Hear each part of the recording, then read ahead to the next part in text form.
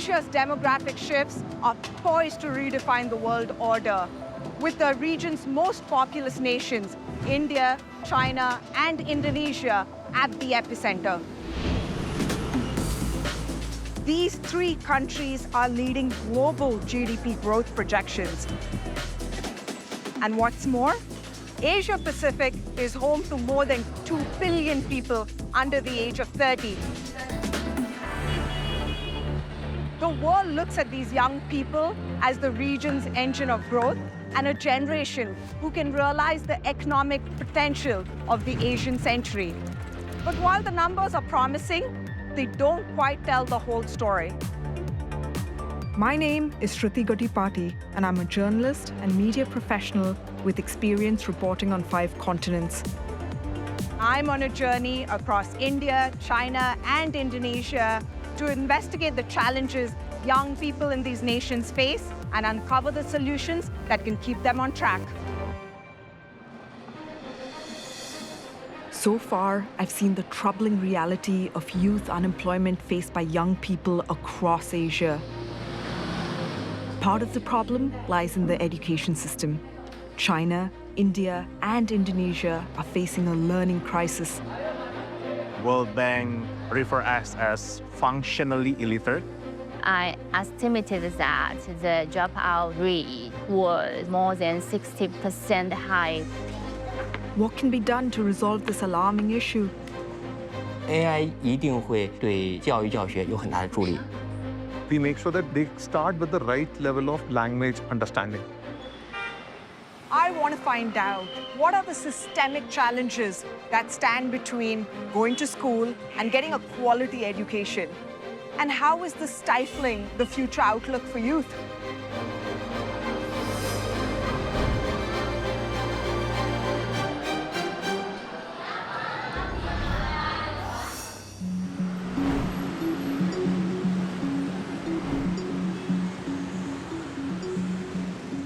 Indonesia's extensive education reforms, which started in 1945, have seen the extension of compulsory education for children from 6 to 12 years, as well as the increase in the number of vocational schools. As such, the country has made substantial progress in school enrollment, hitting almost 100% in the 1990s and achieving a student-teacher ratio of 15:1 in secondary schools. But despite this, there are problems lurking beneath the surface.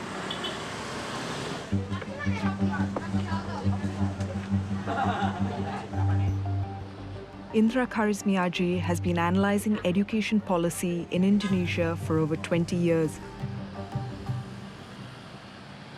The enrollment of the students in school increasing, but the quality of education itself is very, very low.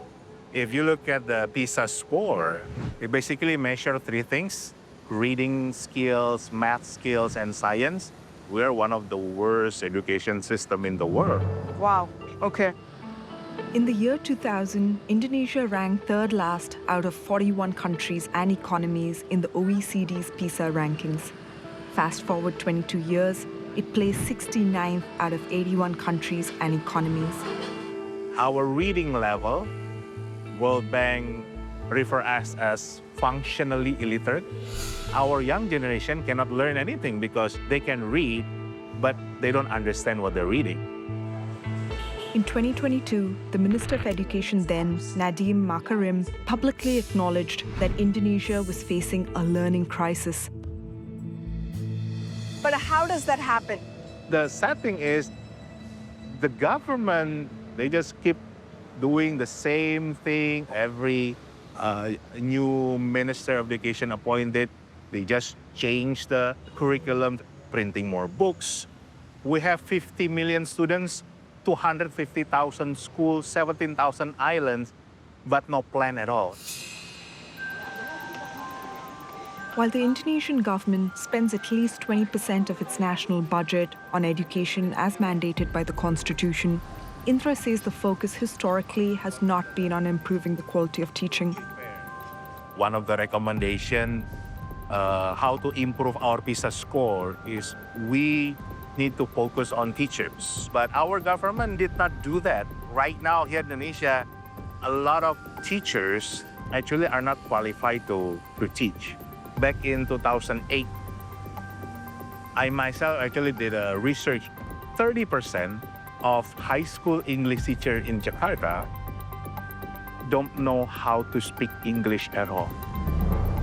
Can you imagine that?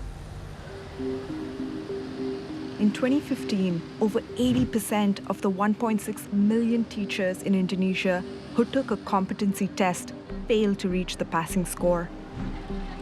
The test was conducted on all the teachers throughout the country at all levels and subjects taught. We have to create that the best of the best are willing to be a teacher, but our teachers get paid really, really low to minimize that cost. The education doesn't work like that. I mean, you need to provide the best for the teachers so they can teach the student. The average salary of a primary school teacher is around $650 a month, which is comparable to that of a retail cashier and call center agent.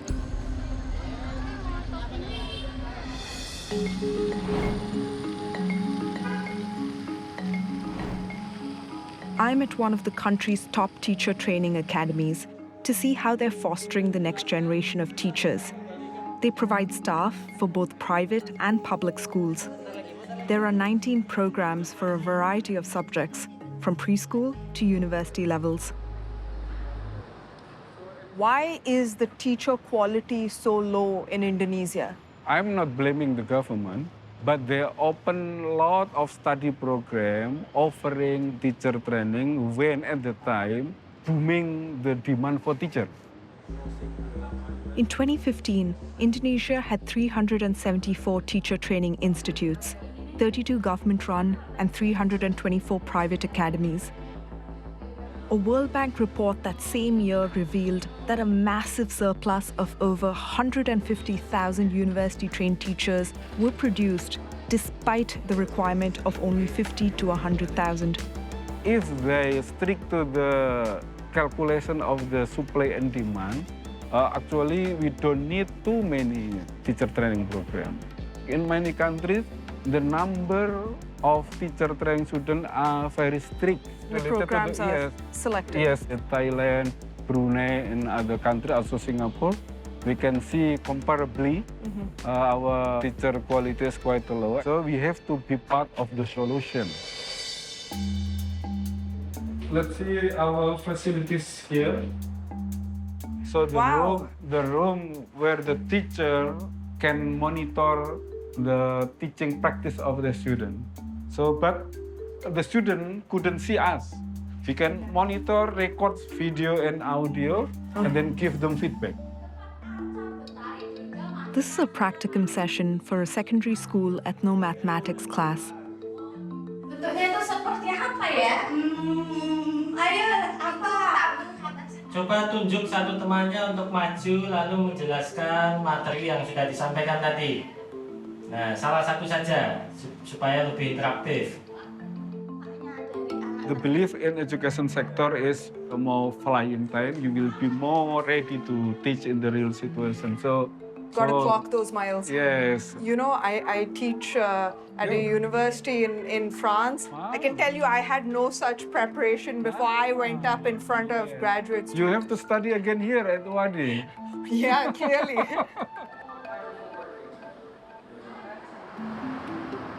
5,200 kilometers away, there's an education gap of a different kind.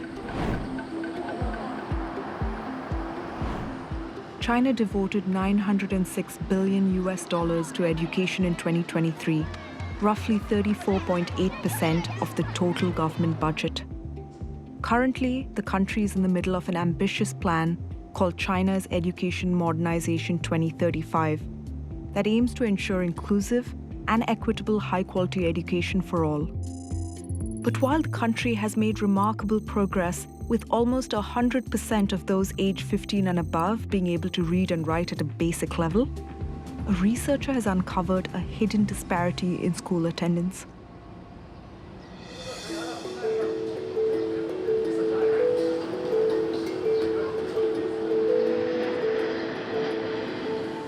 This is a typical urban village in Beijing. Rural migrants, they move to city for job opportunities. They come here and maybe rent a very low-cost space. PhD candidate 1E has researched extensively on rural and urban village literacy. Despite China's compulsory education scheme, which mandates that all children between ages 6 to 15 have to attend school, she's uncovered a worrying phenomenon amongst rural students. When we look at the data, we're seeing a very high enrollment rate. Yeah. But your experience from your field research has been that they may not actually be attending school. In my article, I called this phenomenon as invisible dropouts. So you can't find them in the official data. The reasons why official data didn't include such kind of dropout is, it's compulsory education, 9 years, right? So although they left school, everyone should get a graduation certificate of compulsory education. So schools or individuals couldn't go against such kind of rules. I gather that the schools aren't classifying these students as dropouts because they can't be seen to be non-compliant with the education policy. Do you have any sense of how high or low these dropout rates could be? I estimated that the dropout rate was more than 60% 60% high when it became grade 9. That's almost 2/3 of all rural students dropping out of school, which is alarming considering rural communities make up around 35% of China's total population. Why do you think kids aren't going to school as much in the countryside? From my perspective, from an educator, the education system itself is not equal for rural parents because the curriculum, the textbooks is very urban-centered. It's not for rural societies. Their motivations became very low because I couldn't get high scores like the urban children. And so what do they do if they don't go to school? They stayed in the rural society and engaged in agricultural work with their parents. The more popular option is that they go to the cities. Like in this street, you can find many youths. They are working in the shops to maybe help their parents. 7 years ago, when I looked at the documents issued by the central government, they said we did still find some dropouts, but it's because of their individual reasons. They are not fond of learning. So they put the onus on individuals Yeah. that they aren't interested in education even though we are providing them with the facilities and infrastructure to study. Yes.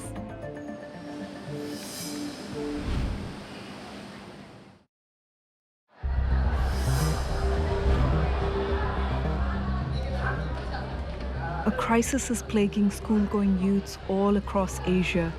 In China, it is estimated that at least 30 million adolescents under 17 are struggling with emotional or behavioral problems stemming from mental pressures faced in school. In Indonesia, 34.9% of those aged 10 to 17 showed symptoms of a mental disorder in the past 12 months. In India, 23.3% of students under the age of 20 are struggling with psychiatric disorders.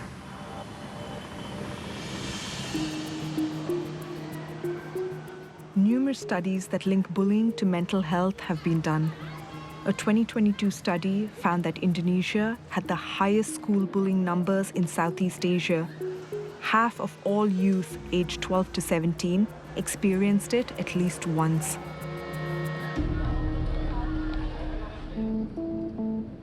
Growing up, I moved around a lot, and one thing I realized is that kids could be really cruel. They could sense any sign of weakness if a kid was slightly different from them and really hone in on that. I wonder if kids today have a different experience when they go to school.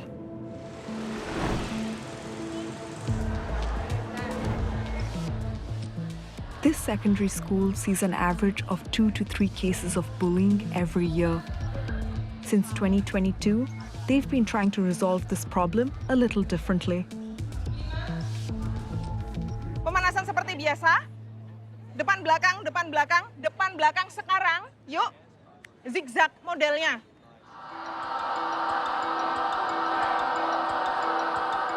Hai. Nice to meet you. Nice to meet you too. Selamat datang di SMA 9 Jogja. Mereka sedang berlatih teater. Ya? What does all this have to do with your anti-bullying program? Mereka menulis naskah sendiri, mereka kemudian membuat cerita bagaimana bullying terjadi di sekolah dan bagaimana mereka menyikapi, mengatasi itu. Bentar-bentar. Lihat nih, ada siapa nih di sini? Siapa sih itu? Ya, Balikan. ambil kacamatanya. Kita ngomong deh, juga ini. Their body language is so strong, you just know who the bullies are. Gini orang bego banget sih. Ini, kalian kira ini perbuatan yang baik? Teman-teman sekalian, dalam pertemanan kita tentunya akan ada banyak perselisihan, masalah, dan ketidaksetujuan. Namun, semua hal itu tidak dapat dijadikan alasan untuk membuli.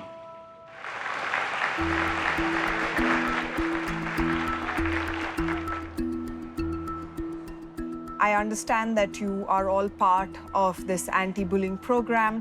What does that look like in your day-to-day school life? Tentu saja di dalam teater itu saya semakin mengenal teman-teman saya. Jadi saya berpikir, ngapain aku untuk melakukan bullying kepada dia? Jadi kalau semisal aku nanti mendapatkan tindakan yang seperti itu, mungkin aku akan mencoba untuk melawannya gitu. Have you ever witnessed any incidents of bullying since you arrived at the school? Mungkin sebelum masuk ke sekolah ini pernah. Saya sendiri yang mengalaminya, karena saya berasal dari timur. Sisi timur itu identik dengan rambut yang keriting dan lebih kulitnya berwarna gelap, sehingga berbeda dari teman-teman yang ada di Jawa ini. Dan itu yang membuat saya sering dibully dulu.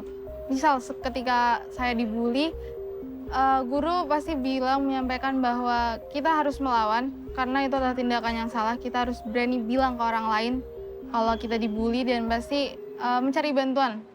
Kalau kita dibully, pasti mereka akan bantuin juga.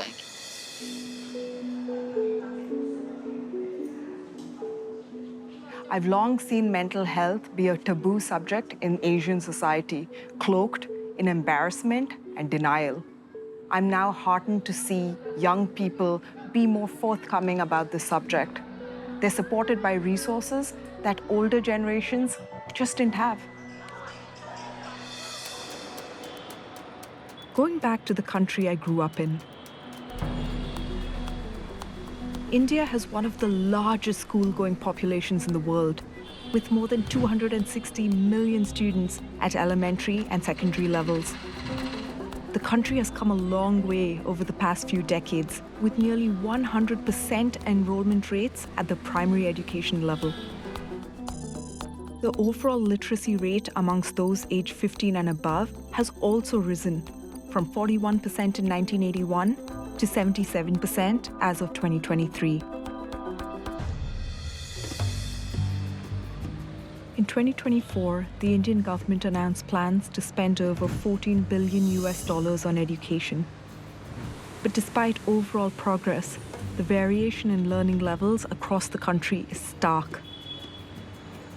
One study suggests that the distribution of test scores in India is the second most unequal in the world, with the top students performing on par with high-income countries, while the worst performing rank amongst the lowest in the world. Reasons for this variation are both geographical and socioeconomic. Academic results are better in urban areas compared to rural, while underprivileged communities in both lack access to quality education.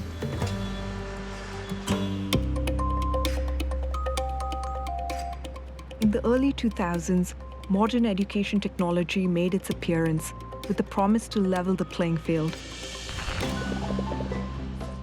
learning apps that offered supplementary tutoring support to the school curriculum saw a huge rise in popularity, with companies like Byju's, Topper, and Vedantu becoming household names and claiming to have millions of students signing up.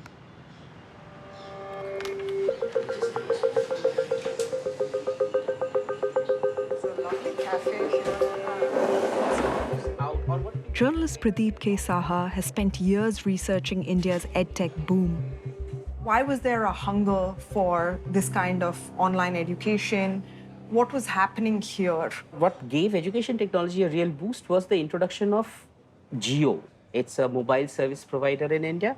In 2016, they started by offering free data, which really was the kind of eureka moment for education technology. You could be sitting in a small village in Bihar, or you could be sitting in Bombay, but you could be watching the same data points, the same curriculum. And if you go to a rickshawala or if you go to a daily wage laborer, they would give an arm and a limb and a liver so that their children can do better. And the only way for them to come out of that rut is education. More than 50% of the kids in those rural setups, the students in grade 5 can't read the text of grade 2. Stuff like that, right? So obviously there was a need. But things changed very quickly in 2022. If you look at the companies, none of them are profitable today. Outcome of education is always measured by how many marks you get in what exams. I don't think there has been proven data that any of these apps have actually helped that get better. When a sector like education especially, which is very slow to sort of change, gets disrupted, I would assume that there would be a certain degree of turbulence. The larger question here is, can it provide any value in the future going forward? It has to provide. There is no other way. I think education technology is important, right? And it is the future. It needs good minds to come in with sustainability in their mind and not valuation and growth.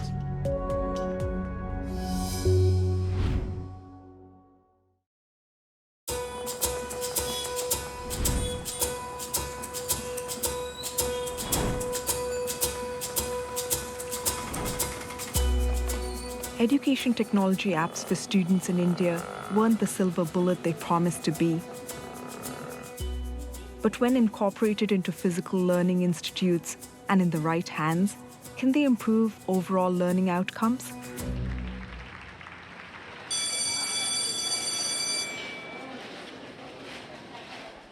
After 30-odd years, I'm back in an elementary-level English class in a private school, trying my best to fit in. What is the meaning of protested? Yes, Faizan? I'm against something. Against something? Very good, sit down. Can I disclose the answer? Yes, ma'am. Very good. I certainly didn't have a tablet and TV during my time in the classroom. While India has a national curriculum framework that lays guidelines for all public and private schools, from preschool to grade 12, teaching staff can practice flexibility in implementation and teaching methods. This private school implemented teaching aids in partnership with LEAD, an educational technology company founded in 2012. How to teach a student is more important than what to teach. In LEAD, it's not the board and chalk alone. Teacher have a tab as a tool and a TV as a resource. So there is a lesson plan in the tablet. This is actually addressing the biggest problem that any teacher faced. I get emotional when I say this because my mother is a teacher. She has gone through the same journey. Evening, she has to prepare for the classes for the next day. Morning, she has to cook, do everything else.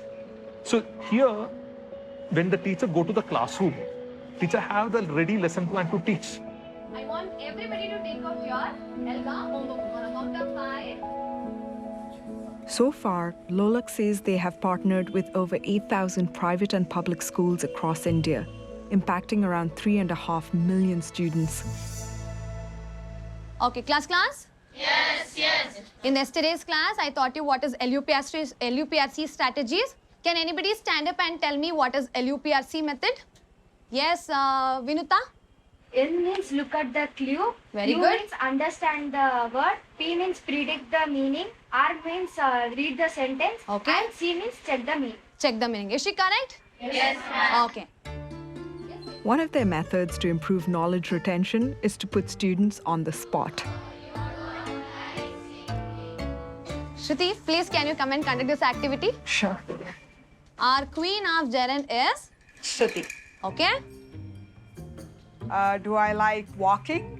No, you don't like walking. Do I like drawing? No, you don't like drawing. Do I like laughing? Yes, you like laughing. Yes, you like laughing. Okay? This crown fits so well to you. Disha has only been teaching English for a year, but it looks as though she's been doing it for much longer. As I'm very new to this profession, I was having a zero knowledge about teaching. What was your experience studying in schools in Bangalore like? We were by hearting the answers, and when exams comes and we were writing it, that's all. So you were memorizing everything? Yeah, memorizing everything. And how is what you're doing currently similar or different to how you experienced education yourself? Actually, totally different. I'll be telling students to read the comprehension. Students will be reading the comprehension, they'll be understanding the comprehension, and they'll be writing the answer for themselves.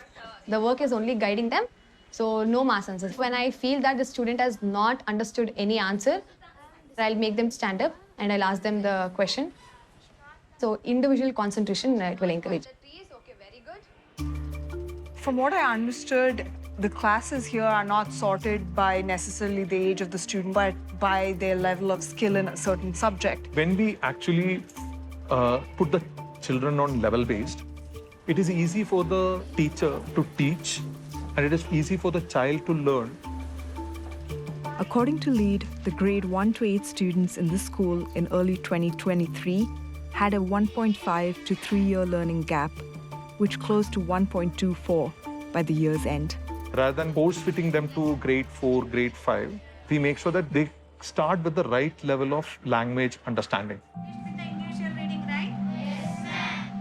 And when a teacher used the resource, we were able to understand whether that resource is used in the classroom through our back-end tracking systems. So these things help us to understand what kind of execution is happening in the classroom.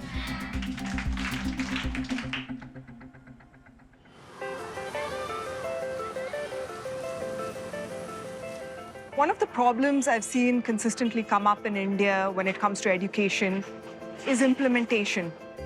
What really struck me about what these LEAD schools are doing is the tech-enabled tracking of how teachers are teaching their classes. That's something that, if done right and at scale across schools in India, could help change learning outcomes for students.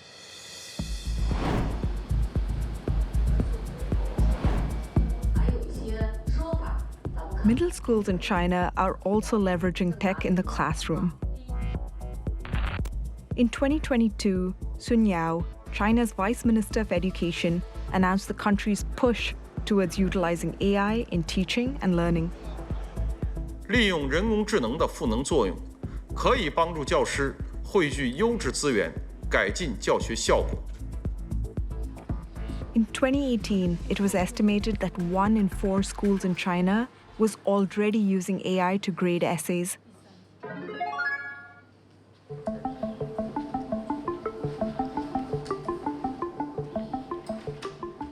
Hi, everyone. Hi, nice to meet you. Nice to meet you, too. I'm the English teacher in this class. Take your seat. So you are going to listen to two people, Kevin and Alicia, talking about plastic packets. This middle school introduced AI teaching aids in the classroom 2 years ago. The grade 10 English class of 15 and 16-year-olds is going to debate the pros and cons of plastic packaging today. Okay, let's start. In the week when the government sets out its new environmental program, Kevin McCabe and Alicia Stewart consider the problem of food packaging waste. Apparently, we're being graded on it as we speak. So I'm really hoping that I'm going to be able to keep up with these kids. This device records my speech and grades the fluency. All the recordings flow into the system and can be played back anytime, anywhere. Alice agrees with Kevin on that. She thinks it should be changed so that it's recyclable. Thank you. The Chinese government has pledged financial support for the introduction of AI educational tools in primary and secondary schools. One company that has benefited from this is iFlyTech.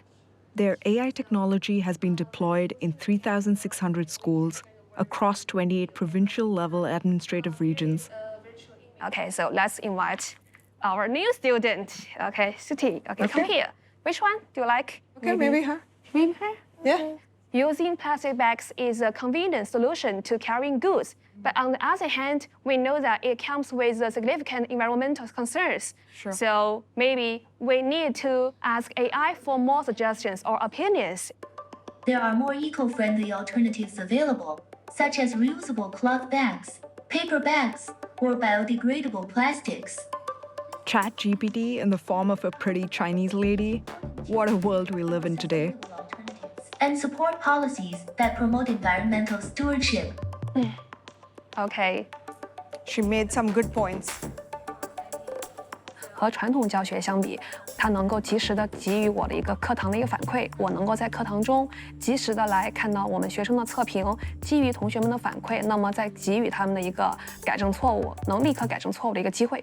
第二点好处是在课后，我可以通过 AI 来批改作业。那么批改作业的环节，我能够立刻的，也是同样的，能够把这个作业的一个反馈反映到我的一个 App 上边。这样的话呢，我也能够对学生进行1对1的一个检查和反馈。Did you face any hurdles? What were the challenges like? 在最开始使用的时候呢，我发现，确实不好掌控这个技术。比如说，您今天在课堂上面参与的时候，也会发现，我们使用 AI 的时候，容易出现卡顿，容易出现这个机器不灵敏的情况。同样的，对于学生来讲，他也需要不断的去熟练这个 AI 技术。AI 一定会在未来的教育或者说整个产业的发展过程中，会有对教育教学有很大的助力。但是 AI 我感觉它也会存在一些问题，比如说在处理一些具体的与学生交往和情感的方面的问题上，它不见得能反应准确。How are you grappling with that right now?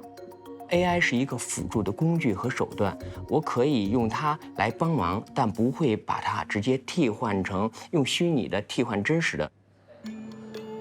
Clearly, there's a lot of support for tech in schools.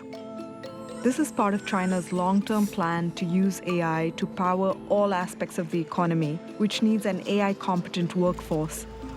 How is the higher education system trying to meet this demand?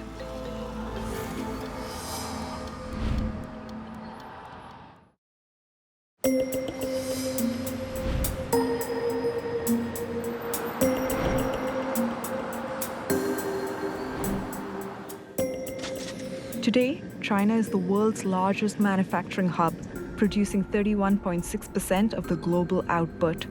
Its goal is to become a leading exporter of high-tech products. This momentous push for technological dominance means that China needs to be able to compete in the hottest sector now.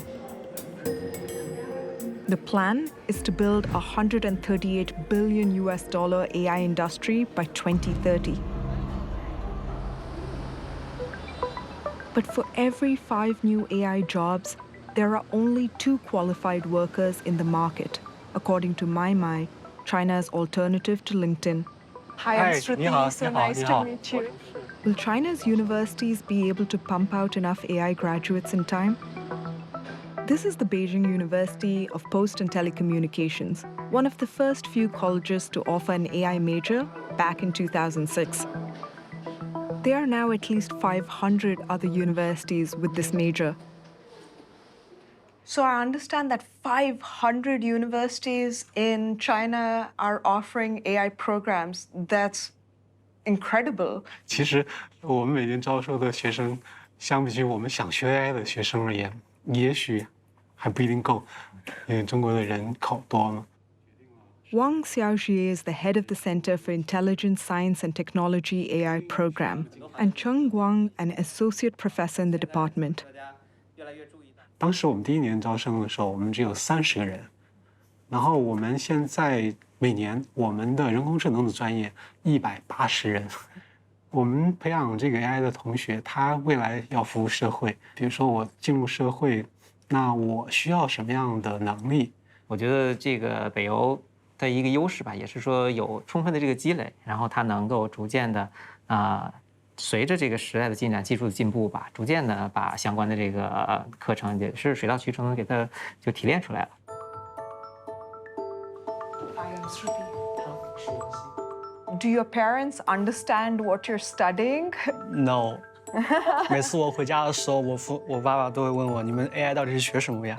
然后我就要从他选择各种领域来给他讲解，说是啊，这自动驾驶这个车子它也是 AI， 然后像你们这种语音这种手机助手，它也是 AI。So what kind of jobs in AI do you think these courses are preparing you for? 其实我觉得目前各行各业对于 AI 都是有一定需求的，无论在哪个行业，在哪个职位去针对 AI 做一些工作的话，我觉得都是我们的工作所在，是我们的本质所在。它可以和任何的现有的一些技术结合，就是作为一种赋能，就是像过去的那个蒸汽机甚至是电器一样，它已经算是进入了一个新的时代，就是 AI 时代。我爷爷奶奶他们年纪比较大了，可能需要一些关注什么的。然后我希望我能够未来做到就是智能养老陪伴服务这种领域。AI 确实是目前可知的一个最大的一个金矿，我们现在就相当是一个淘金者。When it comes to AI-powered solutions, young people in China are taking leaps their elders could never have imagined. My guess? The next big AI idea is coming from a 20-year-old.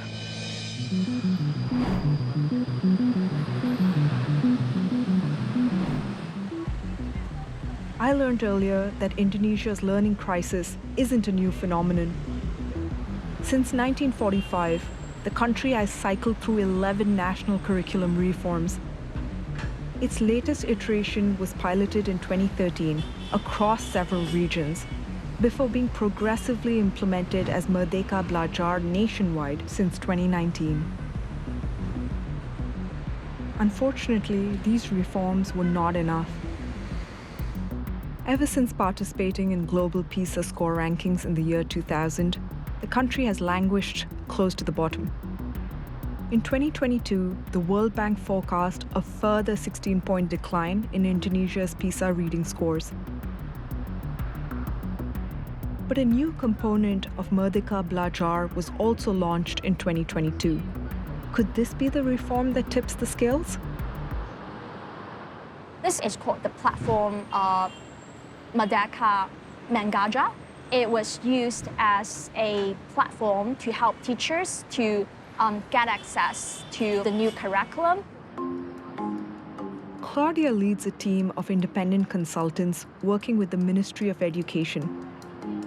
They have been tracking the implementation of this platform and published their initial findings in 2023.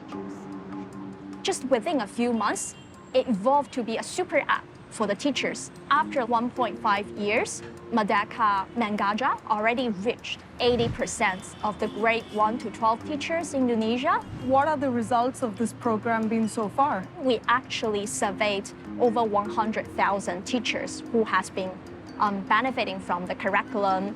So the better learning environments in the classroom is happening. There is like higher engagement from kids. Teachers now feel a stronger sense of ownership to their profession. They are more motivated to move to next level to deliver the classes. Of course, it takes longer to see the impact, right? The Ministry of Education reported that the platform has penetrated over 412,000 primary and secondary schools as of November 2024, which represents over 94% of all schools in Indonesia. The research sounds promising, but I want to see it in action. I'm headed to a school that's actually implemented this platform and all its fancy new tools. I'm going to take a peek inside one of those classrooms and see what all those kids are up to. Hari ini sehat semua ya? Kita mau belajar tentang apa? Oke. It's science class for these 11-year-olds today, led by Ms. Sharafina. Nah, tujuannya adalah peserta didik dapat menjelaskan sistem pernafasan. Jadi kamu bisa menjelaskan ya bagaimana sistem pernafasan pada manusia dan menggunakan alat peraga sederhana. Ambillah bagian atas botol, pasanglah balon pada kedua ujung pipa. Masukkanlah ujung pipa yang lain ke dalam mulut botol melalui bagian bawah botol.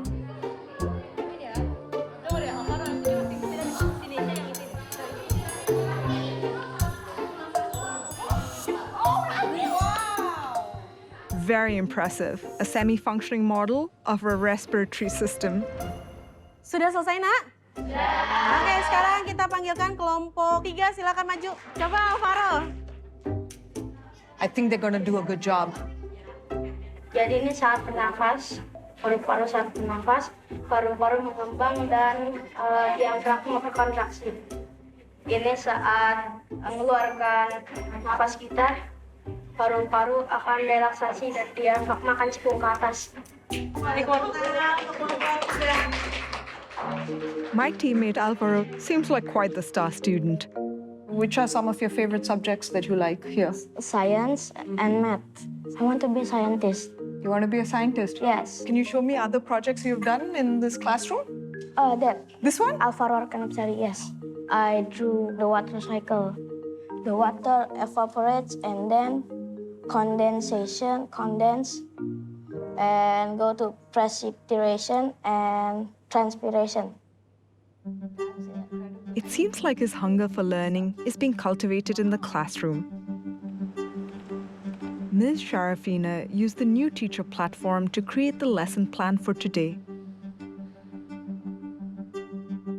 Jadi ini adalah platform digital untuk bisa guru-guru mengembangkan mencari media ajar yang bisa digunakan dalam kegiatan pembelajaran. She spends over 2 hours a week on this platform, and the social networking feature is her favorite. Komunitas ini adalah semacam wadah untuk guru dalam membentuk sebuah grup WhatsApp untuk saling sharing, terus untuk berbagi inspirasi tentang kurikulum Merdeka ini gitu. Yang terakhir itu saya share adalah modul ajar dalam pembelajaran sains. Di sini ada komentarnya cukup bagus, luar biasa, mantap. It looks like she got so many comments on that post. She's just scrolling and we're not reaching the bottom of this. How does this curriculum compare to what was there earlier? Perbedaannya antara kurikulum yang sekarang dengan kurikulum yang lalu itu adalah kurikulum Merdeka ini lebih menekankan kepada proses. Jadi pembelajaran siswa itu dilihat dari proses belajar mereka sehari-hari, bukan dari hasil. Kemudian lebih menekankan kepada project based learning. Do you think there's anything lacking on this platform? Kurangannya adalah mungkin karena banyak guru-guru yang belum mengetahui mungkin PMM ini khususnya di daerah-daerah terpencil. Jadi mereka itu karena keterbatasan internet di daerah-daerah itu. Although I definitely saw that the PMM tool was something that could be a useful resource for a lot of teachers, it did make me wonder at the same time whether it would be a wholesale solution to the challenges that these teachers are facing.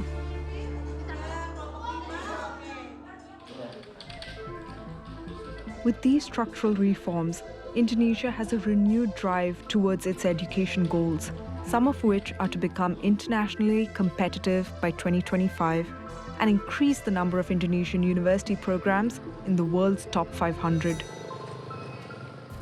China's education modernization plan sets 2035 as the target to become an international example of a prosperous, technology-driven nation with a uniquely Chinese approach to education.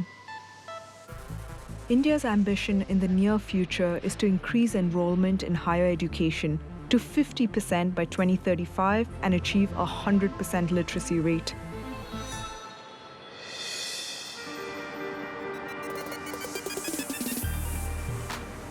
education has come such a long way since my own time in the classroom.